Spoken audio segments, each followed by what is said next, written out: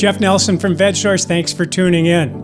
Now, this video is not about longevity. It's not about living as long as you can. It's about living as well as you can and hanging on to your health right up to the end, whenever that end may come. It's about being able to live an active, involved life right until the time you die and avoid having a terrible end of your life, a terrible 5 or 10 years where you lose your mobility, your ability to walk or run or ride a bike, you lose your mind, you're in a wheelchair, or you're in some care home because you fell apart. What are the things you can do to be fit and active and having a lot of fun right up to the day that you drop dead? There's a lot you can do to hang on to your health, and one of them is water fasting. So in December, a couple of months ago, I decided to do a 10-day medically supervised water-only fast at an inpatient center called True North Health. True North is up in Santa Rosa, which is in Northern California.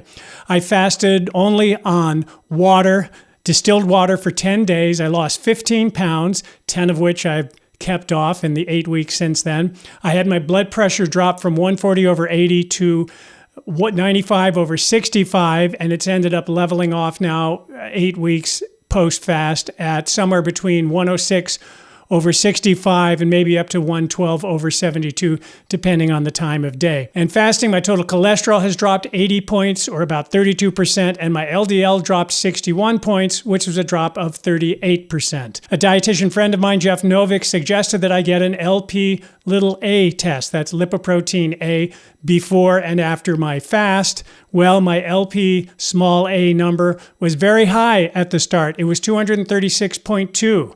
To my surprise and my disappointment, that number, it makes me high risk for a heart attack or stroke, according to the reference. It says here, values greater than or equal to 75 may indicate an independent risk factor of CHD, but must be evaluated with caution when applied to non-Caucasian populations due to the influence of genetic factors on LP(a) across ethnicities.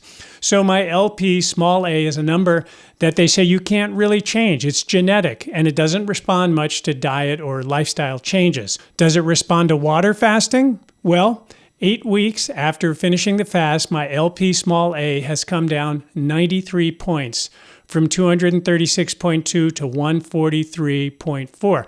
That's a 40% drop after a 10-day water-only fast, which I wasn't really expecting. So that was kind of wow. But even though it came down 93 points, 143.4 is still high because the desirable level is defined as under 75. I'm going to come back to this. My Apo-B, which is apolipoprotein B, was 111 when I last tested it back in late 2022. That again put me in a high-risk group for cardiovascular problems. You can see it says desirable is under 90. Borderline high is 90 to 99, 100 to 130 is high, and over 130 is very high. So I was in the high risk group here at 111 when I last tested in 2022. Well, today, about 2 months after I finished my fast, my Apo-B is at 81. So it's come down to the desirable range, which I was pleased with. The fast appears to have brought it down 16%. I use the same lab to do both the before and the after blood test, which is important because you want consistency in testing methods. As I said, I waited 7 or 8 weeks from ending the fast to do my second blood test. I didn't want to just do them immediately after the fast, but wanted to kind of let things settle and return to normal to see where I ended up once I got back to regular life for a while. I'm going to talk about all this in more detail in a moment. I want to say I've watched some fasting videos here on YouTube where people complain about losing too much lean body mass after doing a water fast for a week or more. Well, True North Health, where I did the fast, they actually had a DEXA scanner, one of those machines, for a couple of years, and they did a lot of research and published a number of studies on fasting and body mass. In one of their case studies, they show a healthy male who fasted 2 weeks. He lost 18% of his total body fat, 55% of his total visceral fat, and 4% of his lean tissue. So that's really rather impressive. That's what you hope will happen to preserve a lot of lean body mass. And what's more impressive is that at 6-week follow-up, this guy's lean tissue as a percentage of his body weight was actually higher than before the fast. So he had higher lean body mass after fasting. And in this case, the fat loss had continued 6 weeks after the fast, despite regaining weight that was entirely lean tissue, water, fiber, and glycogen. So after the fast, he continued to lose fat and visceral fat, preferentially, and his lean muscle was conserved, which is what you want to have happen. He increased his lean body mass as a result of the fast. So there's many different cases that they've published showing lean body mass actually increases in the weeks after your fast as a percentage of your weight, since overall you're losing weight. And I think that the success that True North has in preserving lean body mass and other good results you get are an outcome of fasting in a very controlled environment where you're required to rest. You're not allowed to go out on walks or work out during the fast or do any of that kind of activity. They discourage people trying to do a lot of work for their job while they're fasting, if that's possible. So you read, you watch TV, you chat with other people, you sleep. And the sleep you get is really good rest. I slept very well, maybe because you're away from your house, your life, the usual stresses and pressures. You're out in this very quiet place. And I think that contributes to the healing effect. Okay, at True North, you can get massages or chiropractic work or other kinds of body work during the fast. I took advantage of some of that.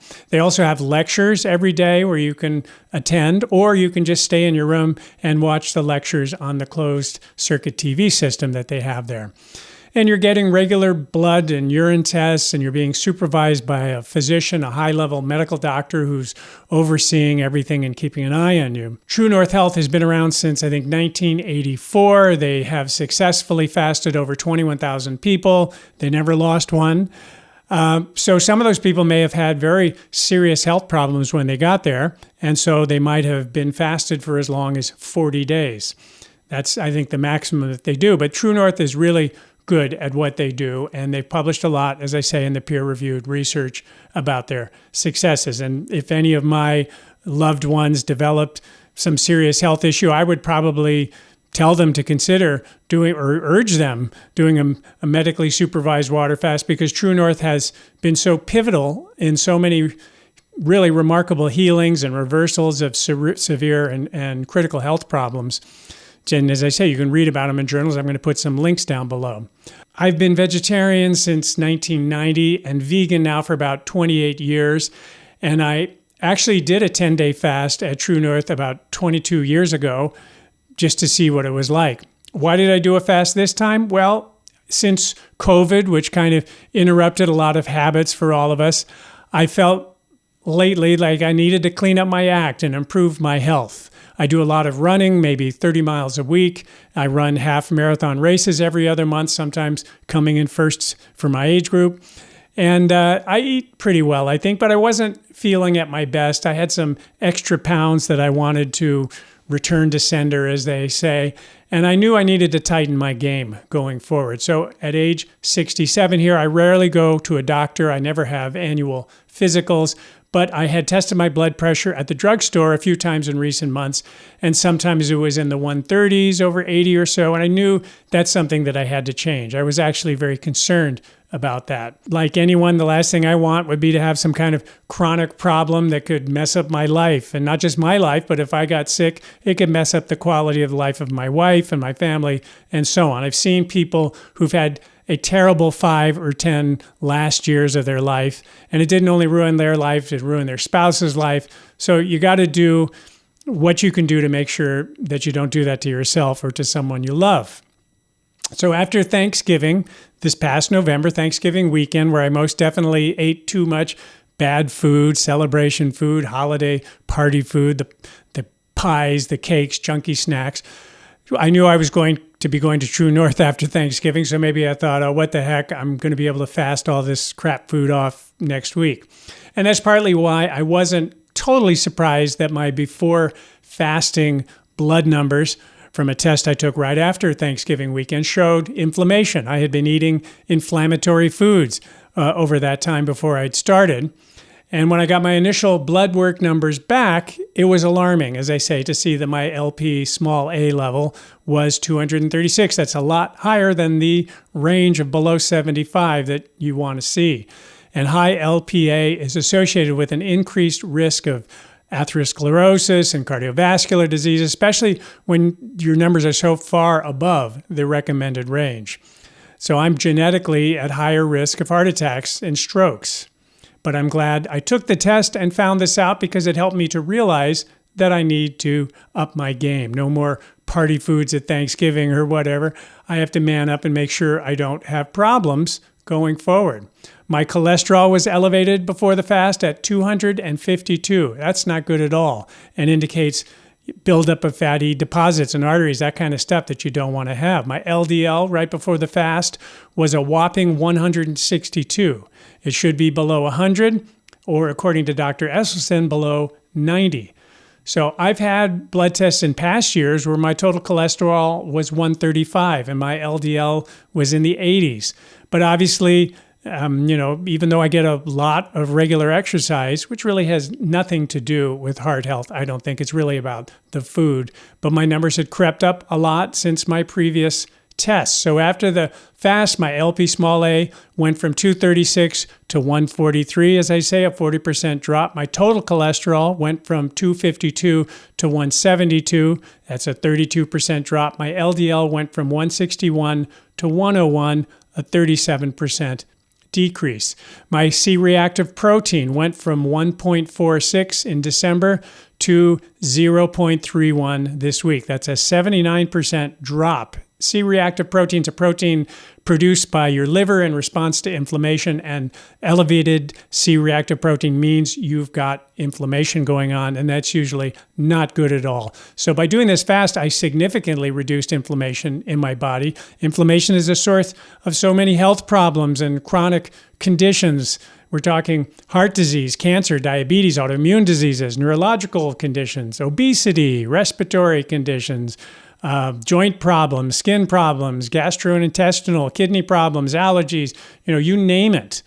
If you can bring your inflammation down and keep it low, that really is almost the whole ball game. The reference for C-reactive protein says that below 1 is low, 1 to 3 is average, and over 3 is high. So I went from average to very low inflammation by fasting, and you don't want to be average anyhow. Average inflammation in a population where most people are dying of heart disease and cancer, forget average. You want to be better than average. And I should say that when I finished my water fast and the 5 days of refeeding, which they supervise how you break the fast, because that's very important, I decided to adopt the SOS-free plant-based diet that they recommend at True North. Now, I've eaten this way in the past. SOS-free means free of added sugar, oil, or salt. And doing that, I think, seems to allow you to hang on to all the benefits of the fast afterwards. I really recommend True North Health without reservation. It's run by Dr. Alan Goldhamer, who I've known for many years. He's spoken at our events many times. He is incredibly knowledgeable. You could not be in better hands. In fact, Dr. Goldhamer offers a free phone screening with him personally. If you want to know whether fasting might be appropriate for you, all you need to do is to complete the registration forms on his website so he can review your medical history and then give you a call, a no-cost, brief phone conversation. I'm going to put a link to True North in the description. You can check that out. I'm also going to put a link to their latest study that was just published a few days ago. You can read it for free. You just have to register at the journal and then you can download the PDF. Going to True North could be the best thing you can do for yourself. I plan to make an annual trek going there from now forward, do a once a year fast just to maximize my chances of being in good health right up to the end, we hope. Regarding my various blood test numbers I have mentioned here and others, I was able to consult with some medical friends about these, kind of what to make of it all, like Dr. Esselstyn, Dr. Kahn, and Dr. McDougall. Am I going to do more tests? Well, there are tests like the coronary artery calcium scan or the cardiac CT for calcium scoring, whatever it's called. There's tests for inflammation you could take that drill down more. on particle size and so on. They can give you more information like these tests here. I understand they can be useful. Am I going to do any of that? No, I don't think so. I have enough information now to act at this point. That's what's most important, I think. I consider myself a relatively healthy person with a mild setback here. I'm told my low triglycerides predict that subfractions and particle size that will report as good and improved on my next tests. So I'm just going to redo these same tests I've just done. I'm going to do them 3 months from now and see where I am. And then consult my doctor friends again about strategy, further tests or treatment or whatever they think I might need to consider. Meanwhile, I'll be focusing on the one thing that actually matters, the food. Okay, I don't plan to become a cardiology patient or take more tests or see doctors, sick people, litter hospitals and medical offices. I want to avoid that. I know what I need to do, and that's to be much more strict with my diet and then get on with a life filled with family, fun, travels, interesting challenges, and all of that. Okay, that's it for today. Please give this video a like, subscribe for more videos, and I'll see you on the next one. Thanks.